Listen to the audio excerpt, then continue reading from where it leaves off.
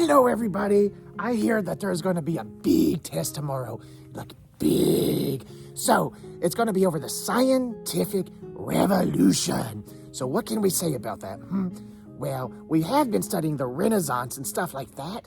And, well, when people started thinking about that kind of thing, they started thinking about science as well. And they started looking not just at themselves. Yeah, don't give me a mirror. Or that one right there. He really doesn't need a mirror. But they started looking up to the stars. Whoa. Anyway, as they did this, they started coming up with new ideas. Now, if we go back to the time of Aristotle, he had a certain view of how the universe worked. He called it the geocentric model of the universe. Well, he probably said it's something in Greek, but, that's Greek to me.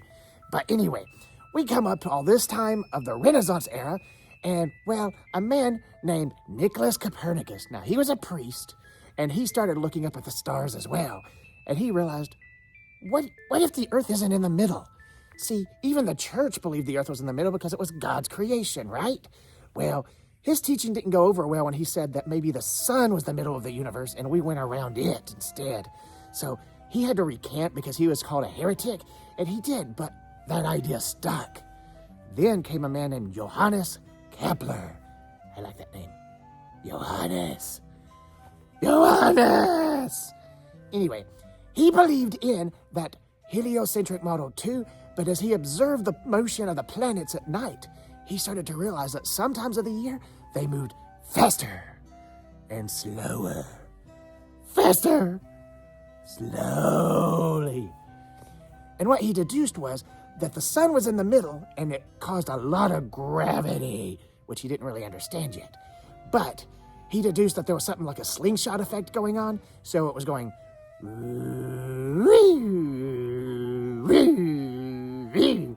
And, well, that became the model we use today to an extent. Now, it should be said, all three models were wrong because they believed that was the universe as a whole. They had no idea how much bigger it could possibly get, and we still don't really know because it's like ever expanding. We can only see so far, and we don't know what's beyond that because of the speed of light and stuff I don't quite understand because I don't really have a brain, just a lot of fluff, and so does he. But anyway, that became a big thing. Then, my understanding is you talked about a man named Galileo Galilei. Now, Galileo is often credited for creating the telescope. He didn't actually do that. What he did instead was he learned how to grind glass, and he made better lenses, and those lenses he used for the telescope and, well, also the microscope. But while others were using it to navigate and look around, he also looked up. And he saw things like the moons rotating around Jupiter and things like that, and he deduced that what would you call it again? Oh yes, the heliocentric model was definitely the correct idea. Now, Copernicus was also kind of, considered a heretic. And, well, did you just say Copernicus? We mean Galileo. Galileo was considered a heretic and put under house arrest. It got really dark suddenly. That's okay. We'll fix that.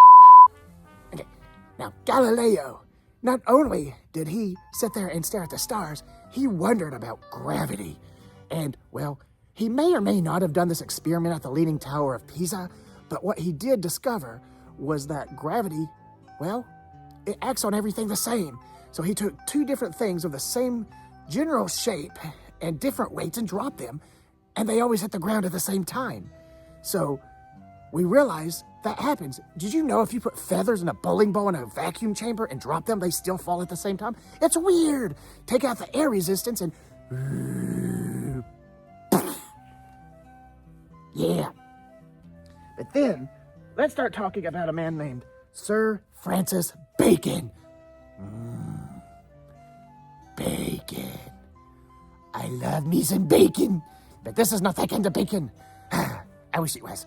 Anyway, so Francis Bacon, he didn't really, look at the stars and all that kind of stuff, but he did love to study science. And what did he do? He realized we needed a proper model on how we view everything. So he took the scientific method and he refined it. He put a big emphasis on experimentation And the model he created, we still use today. The steps are observe, question, hypotheses, experiment, analyze, and conclude. Of course, it's always cyclical because you might have to repeat things, find differences, and go back to the drawing board and start it all over again until you can create a law. A scientific law is something that never changes, I guess. That's different than a theory, because a theory can have changes to it, I suppose. That's weird, I know. I'm not big on that.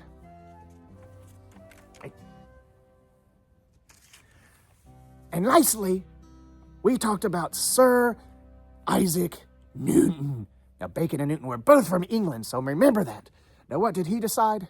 Well, he experimented with gravity as well, and he realized that pretty much everything has gravity. The biggest things in the universe to the smallest things. And what he decided was everything has a gravitational pull that is relative to itself. So, of course, the bigger something is, or the more dense it is, the more gravity it has. But guess what? Even you have gravity. And then, well, he came up with his 3 laws of motion that we still use today. Okay, today we're going to see Newton's first law of motion. Kevin, come here. What do you want? Ah! As you can see, he wasn't moving until I acted upon him, and therefore he moved. All right, Newton's second law of motion.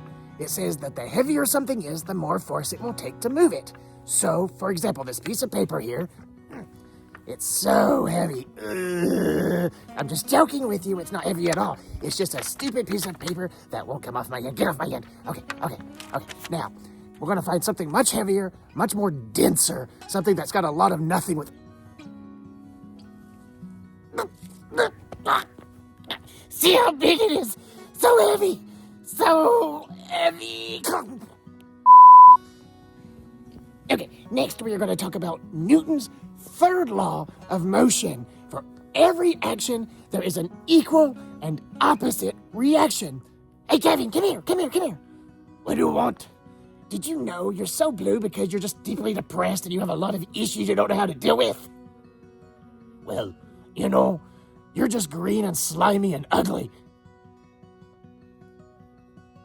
Ouch, man. Ouch.